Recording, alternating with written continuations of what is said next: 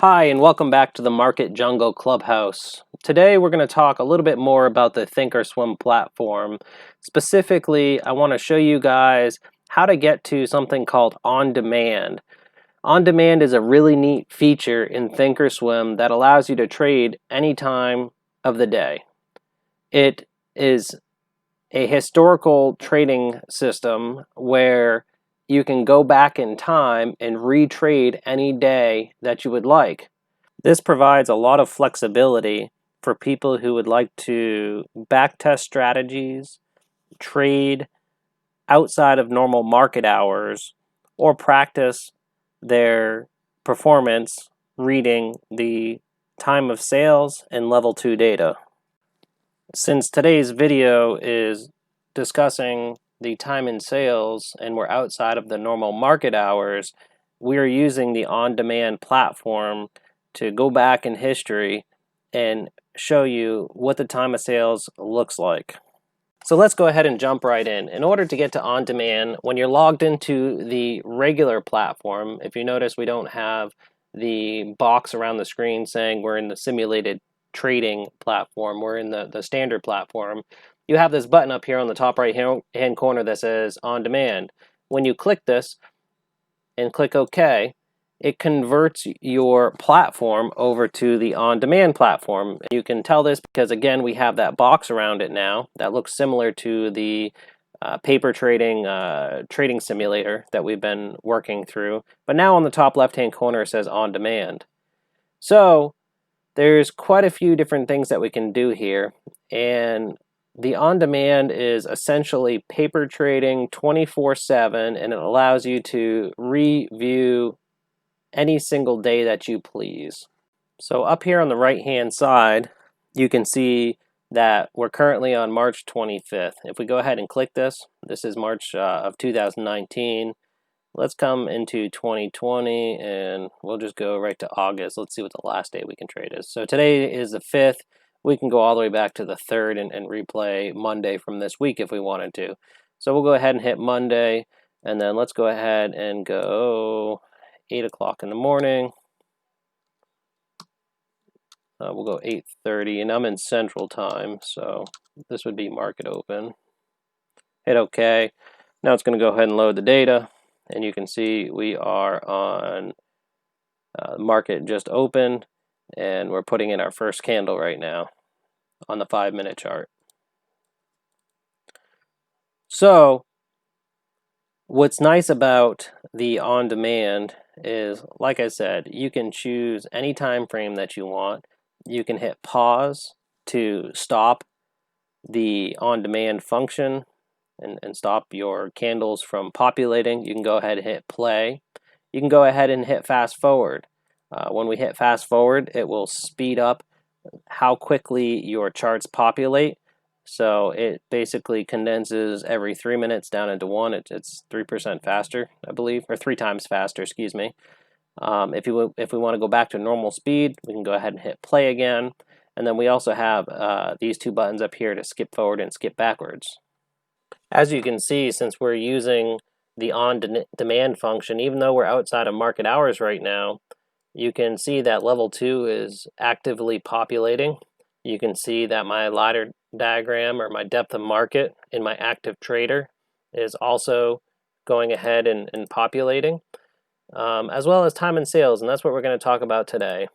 So this function is really helpful when you're trying to review your time and sales and your level 2 to get a better understanding of how to read it when you don't have the pressure of being in a trade and you don't have the pressure of wasting valuable time while the market is open. I've gone ahead and closed the active trader and expanded out the time and sales so you can see it a little bit easier. So going across the top here, we have a couple different columns. We have our time, our price, and then we have the share size. Now, down here in level 2, we have to add 2 zeros to the share size. On the actual tape, which is the time and sales here, other people call it the tape, it's the actual number of shares that has changed hands. So in this case, 300 shares. In that case, 1,000. Next, we have the X. The X is essentially an ECN exchange symbol. So it references which ECN down here the transaction actually happened on. You can find a list of which each one of these means on the Thinkorswim website. For us, it's really not going to make a whole heck of a lot of difference. It's not something I typically use. Then we have our ask and we have our bid.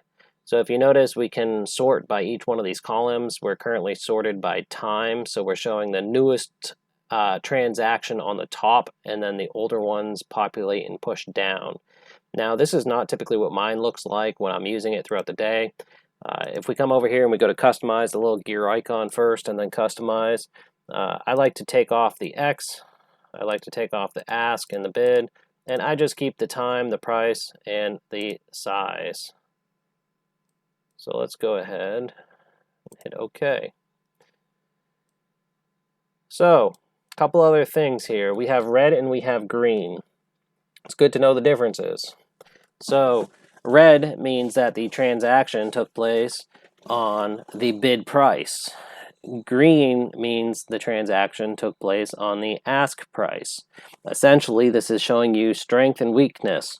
If someone is jumping the spread and the transaction is happening on the ask price, it's going to show up as green. If we're trying to trade a breakout to the long side, then essentially we're going to want to make sure that we're seeing quite a few green prints on here with some size. We're also going to keep an eye on how fast the tape is scrolling. So the speed at which the tape moves across the screen is an indication of volume moving into the stock. So if we're looking to trade a breakout, for instance, we would be looking for green prints if we're going long, and we would want to see an increase in the acceleration of the prints that are being displayed on the screen. Now, size also matters.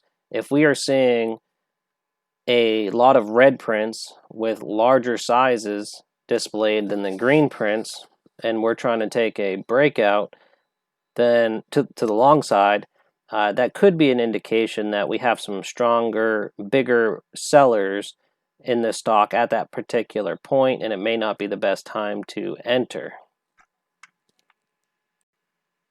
Now, since size does matter, one of the things you can do is you can select filters. So right here, if you click the T and S, you can see there's a filter on here so that the time in sales is only going to show me transactions that happen that are larger than 200 shares.